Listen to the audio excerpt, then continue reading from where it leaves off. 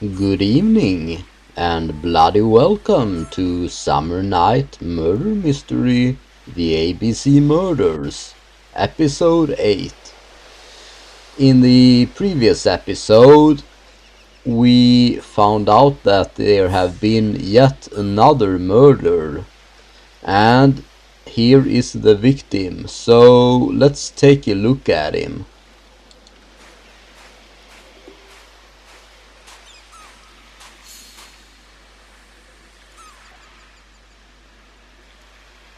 He also have a book on his abdomen.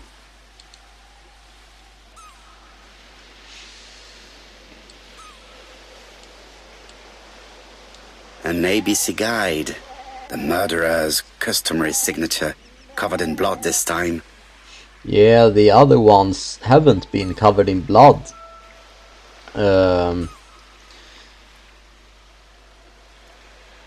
So it seems that this victim was his throat appears to have been slit. Sir Carmichael's throat was cut. It's a clean incision, a professional murder. Maybe it was cut by a scalpel or something like that, since it is a clean cut. Apart from the wound to the throat, the body is untouched. No cuts, no bruises.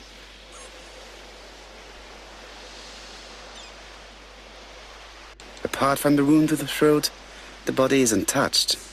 No cuts, no bruises. I thought it was a new point to look at, but apparently it wasn't. The gravel on the path has been sprayed with blood that covers a conical-shaped area, which starts at the body and becomes wider as it moves further from the bush.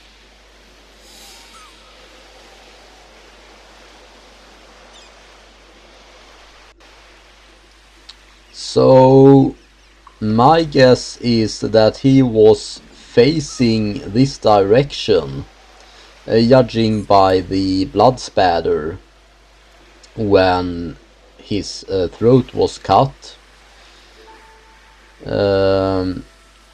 because it seems that the blood had been splashed out, or whatever you should say, or gushed out in this direction. And then he turned around to face the person who did this to him, and after that he probably took some steps forward in this direction until he collapsed to the ground, and then the blood continued to pour out of his throat, and that is why it is more blood where his neck is. It seems like he was having a picnic.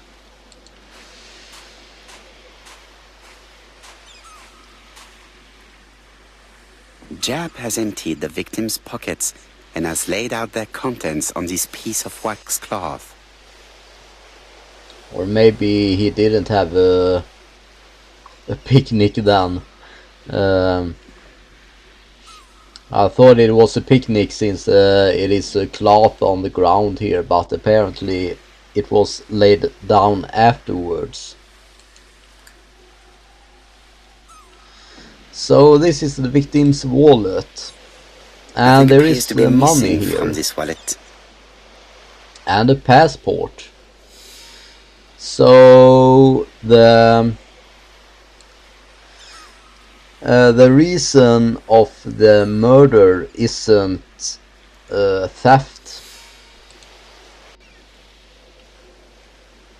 It is a sigil. A signet ring. very probably with the Clark family's coat of arms. Okay. So the victim was of noble heritage. Pocket watch. It's An cracked. Oriental dragon. It's an old piece, much older than the pocket watch on which it was fastened. And a set of keys. It is pointless.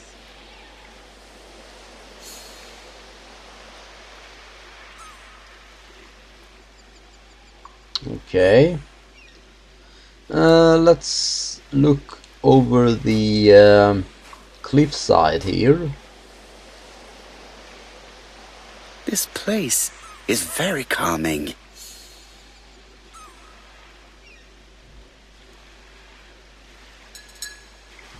Rabbit hole.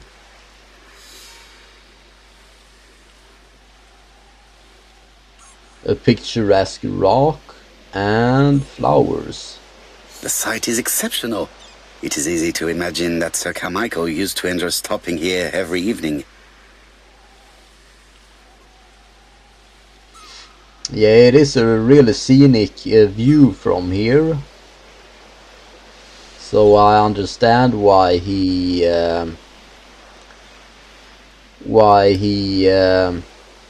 was at this location.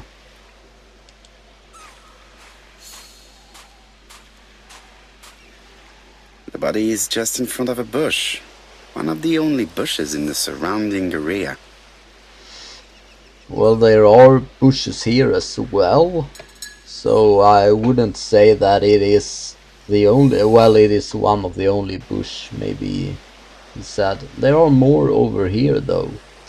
I have looked at the body and I have looked at the man's position, not positions, possessions. Yeah, possessions. I don't think there is anything more to look at here. So let's walk this way and try not to step in the blood.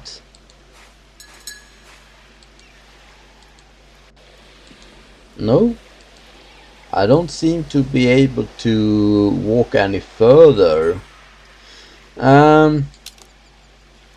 What are my objectives?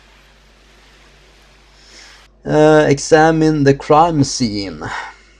I thought that I have examined everything that is to examine, but apparently there are more things to examine.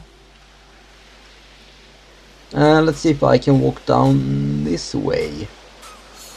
No. Oh, there's something that I can look at here. The vegetation behind the bush has been trampled. Let us now try and get our brain cells to work.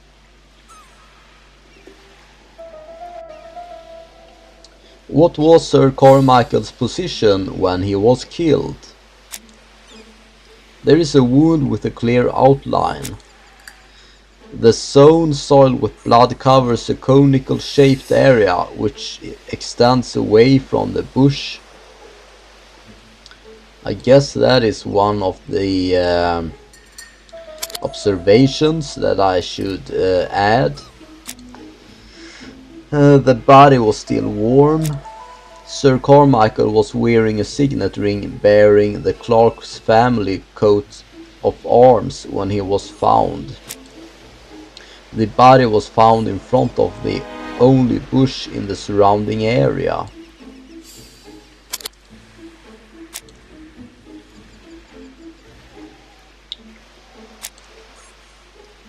Guess I could go with this one.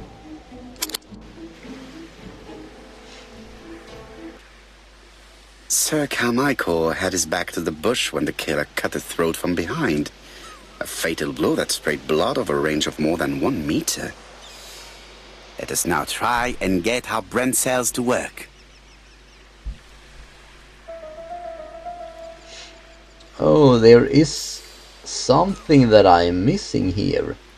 Did Sir Carmichael see his murderer?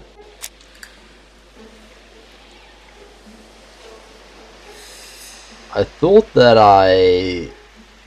this was something that I missed, but apparently not. Let's place that there. The victim only had 1 wound. Did Sir Carmichael see his murderer? I think that he did, that I stated before. Trampled grass behind the bush.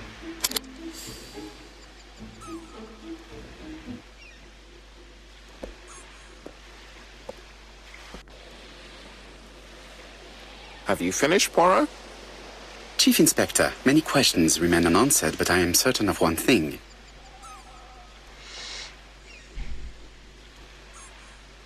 The killer is an opportunist, or the murder was carefully planned. Well, the murder must have been carefully planned, since the murderer brought the A.B.C with him or her. So I'm gonna go with this. The killer has prepared his crime very carefully. Quite right. He must have known Sir Carmichael's movements well to plan such an attack. Theft could be the motive for the crime, of course not. The murder was very violent. Well, yeah, no shit, Sherlock. The murderer struck with terrible savagery. Yes, blood flowed. It's the first time he's attacked a man. He armed himself accordingly. Have you spoken to the victim's family, Chief Inspector? I've spoken to the brother, Franklin Clark. I didn't get much out of him. He's yours. I must get the body removed.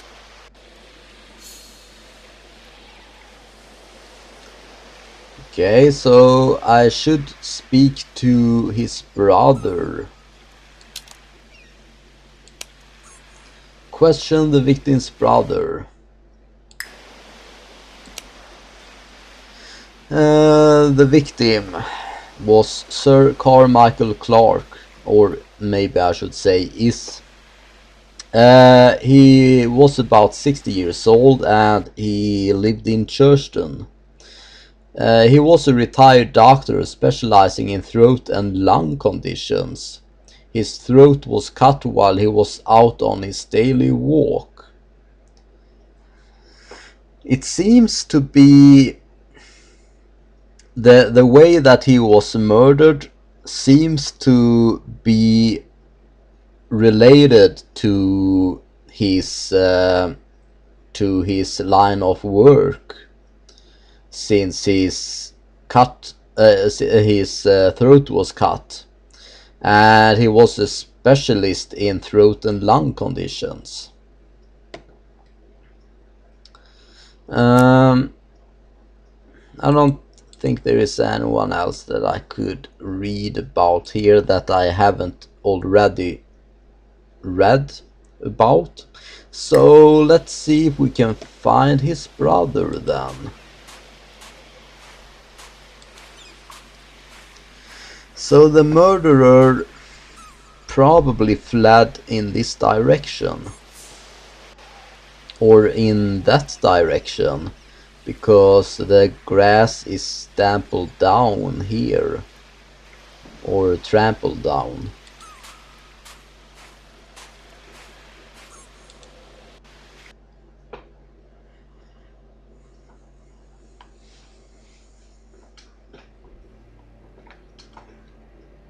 To be honest, this inspector seems rather obtuse.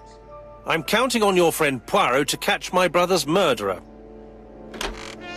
Ah, here he is now. Please, Mr. Poirot. Mr. Poirot, this is my brother's secretary, Miss Thora Gray. Pleased to meet you, Mr. Poirot. Would you like some tea? No, thank you, mademoiselle. I find it hard to digest.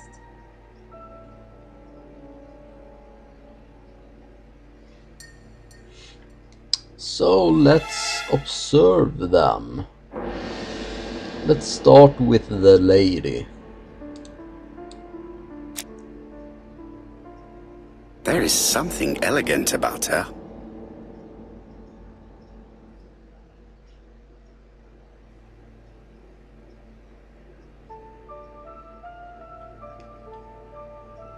She has good taste, except perhaps in her choice of jewelry.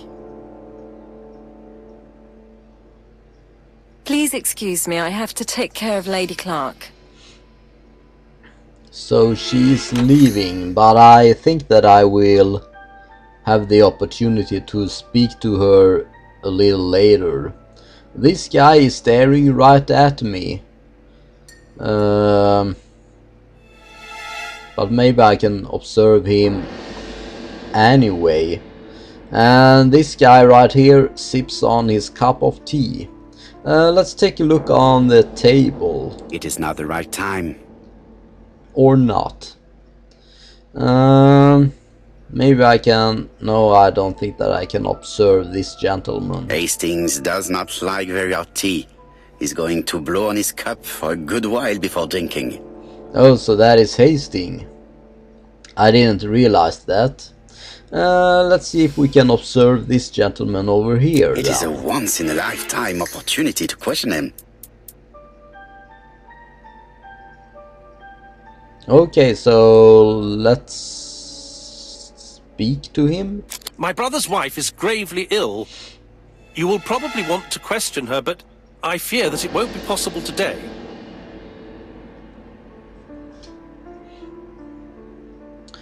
Accuse him of preventing Lady Clark from speaking. Insist or be understanding. No, I think that we should insist that we speak to her, because it is of utmost importance that Hercule Poirot himself would say. I insist, Mr. Clark. Please allow me to remind you that this is a murder inquiry. Unfortunately, she is much too ill. She doesn't even know her husband is dead. I'm very sorry, but I'm afraid it's out of the question. Of course, I understand. Someone set a trap for your brother. Who was familiar with his habits? Everybody knew he took his evening walk at 8:30, and that he always followed the same path.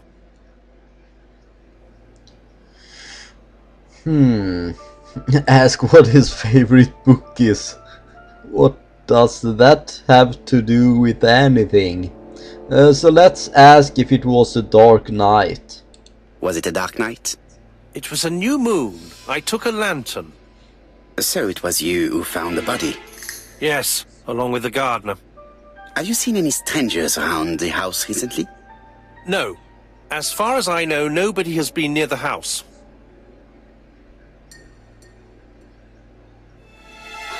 Miss Clark. Oh, Lady Clark must have fallen from her chair. I have to help Miss Grey get her up.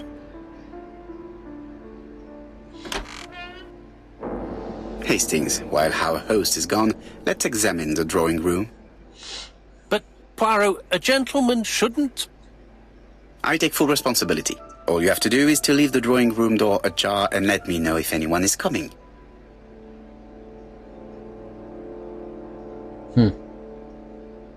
So he is keeping lookout.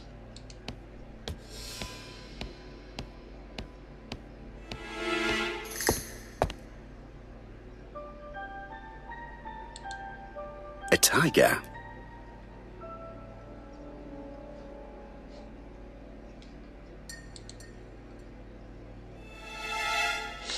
It seems to be an African book. Besides private collection. Purchases since 1920. The catalogue for Sir Carmichael Clark's collection. That is a very well made catalogue. A crane? A crane?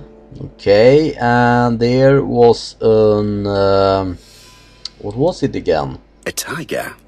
The tiger. And this seems like a fish. A turtle. Oh, a turtle. And this is a dragon, I think.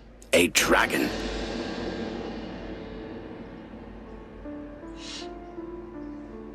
Dragon, dragon, dragon. Sir Carmichael showed himself to be very consistent in his collection's theme. It is an emperor. His place at the center of the table is probably symbolic.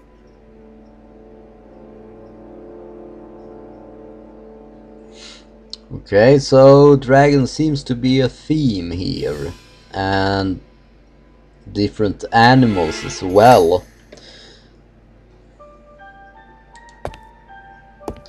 So he have an extensive collection of porcelain and trinkets.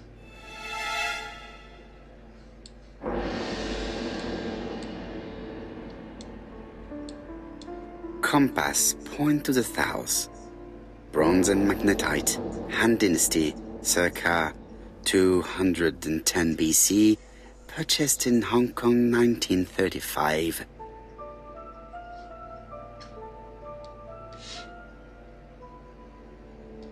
Okay. There are some very valuable objects here. He seems to have been a big collector on Asian stuff. Asian and African, I would guess.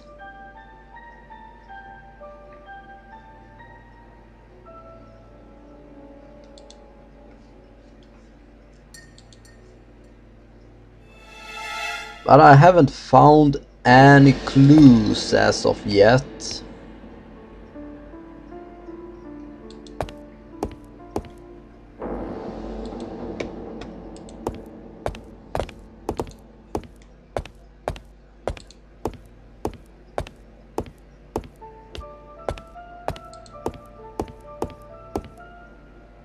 Are you keeping an eye out, Hastings? Yes, yes. Come on, be quick, Poirot. It would be embarrassing if we got caught. Well, we are just looking around. Sir Carmichael's collection could rival that of a major museum. That is another dragon. The interior is richly decorated.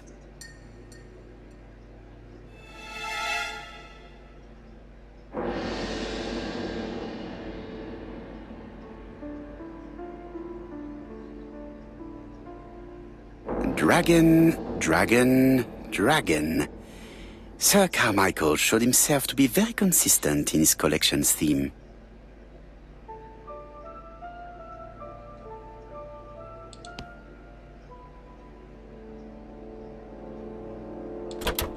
It's locked. There were 3 keys down by the murder, the crime scene. But Poirot didn't seem to value them too much. But maybe one of those keys goes to that locked drawer. So here is another puzzle. The cardinal points. This book could maybe help me. It is Each red. cardinal point is associated with one animal and one color. In the middle sits the Imperial dragon, and out of respect, all the others are turned towards him. Okay, so this is the centerpiece that is on the dinner table.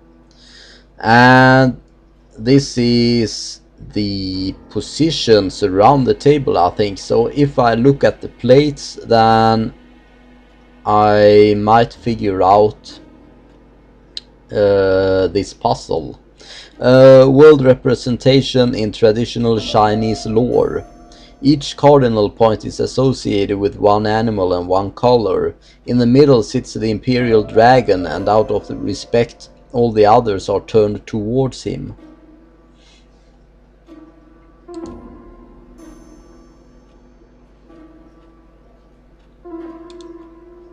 turtle, the dragon, the crane, and the tiger. I think I've already seen this motif somewhere. Yep. So I have to identify the where the colors are.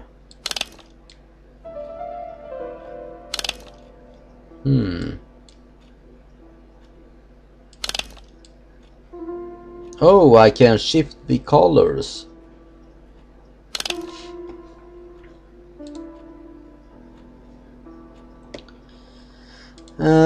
This dragon, I can't shift the dragon itself, but his face is up there, and in this book there is red, blue, and then yellow and white, not yellow, white and black. So red and blue.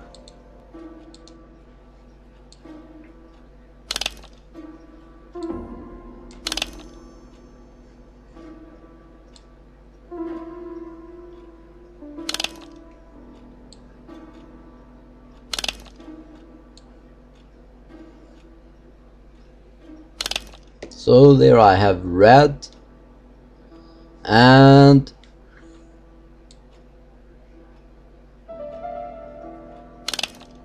I think that there is red as well, red and blue.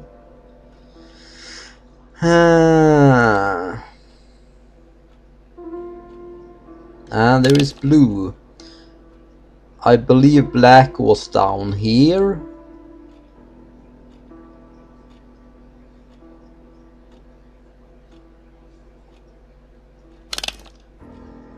And white should be here.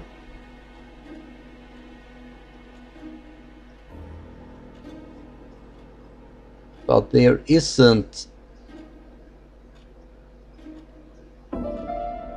There isn't any dish that is white, so I think that is the correct color. Now I just have to identify where the plates are. So I need to go back to the dining room, the dining table, I mean. Oh shit.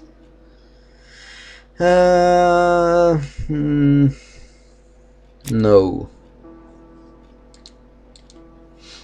I guess I have to kinda memorize. I think that the dragon was there. Like that, maybe. The turtle.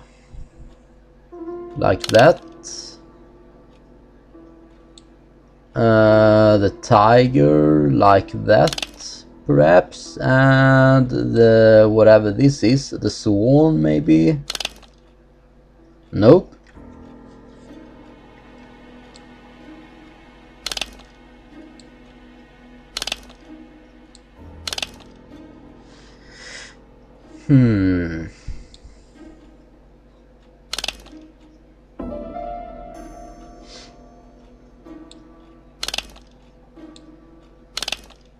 Oh, there are dots there.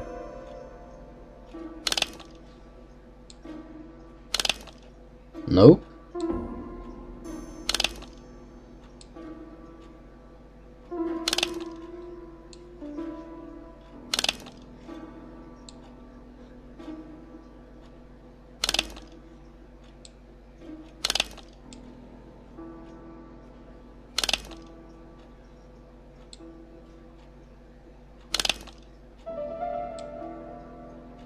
The position of each motif is correct, but they are not turned the same way as on the table.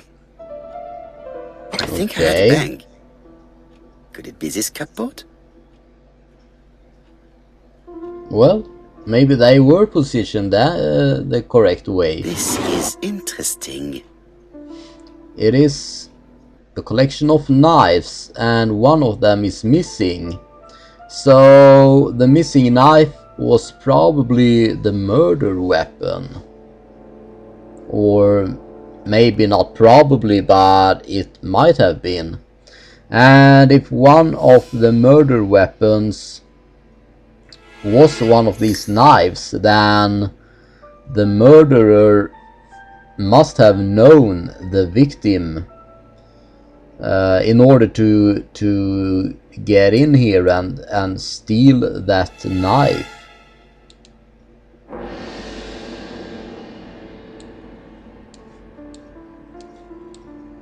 Ernest Logan, MD, Brighton Cancer Institute, 201 Dusk Road, Brighton, Sussex.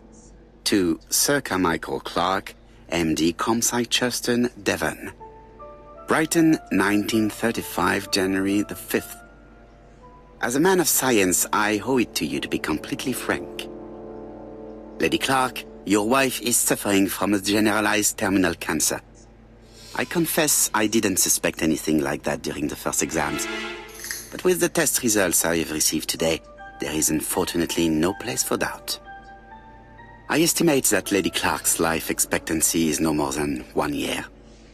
Hospitalization would not help in her case, so I advise you to keep her at home and provide her with as much morphine as required to ease her last moments. Yours sincerely, Ernest Logan. So his wife is ill in cancer, and now I understand why that gentleman said that she couldn't speak to us.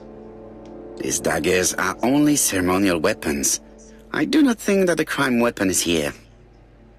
Okay, so they are probably not sharp enough to be the murder victim. Here's Miss Gray. The murder weapon.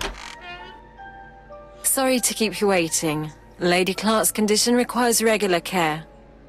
I believe you want to ask me a few questions. Indeed, mademoiselle. This porcelain is remarkable. Is it old? It's about 3 centuries old, I believe. Wait, let me find the reference.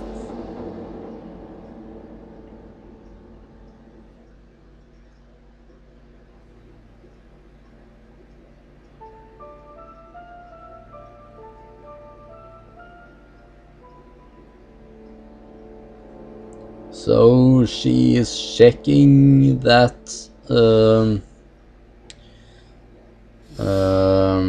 whatever it was called. Yeah, I'm going to question her next, but I'm not gonna do that now because it is time to end this episode here. So until next time, thank you so much for watching and have a good night.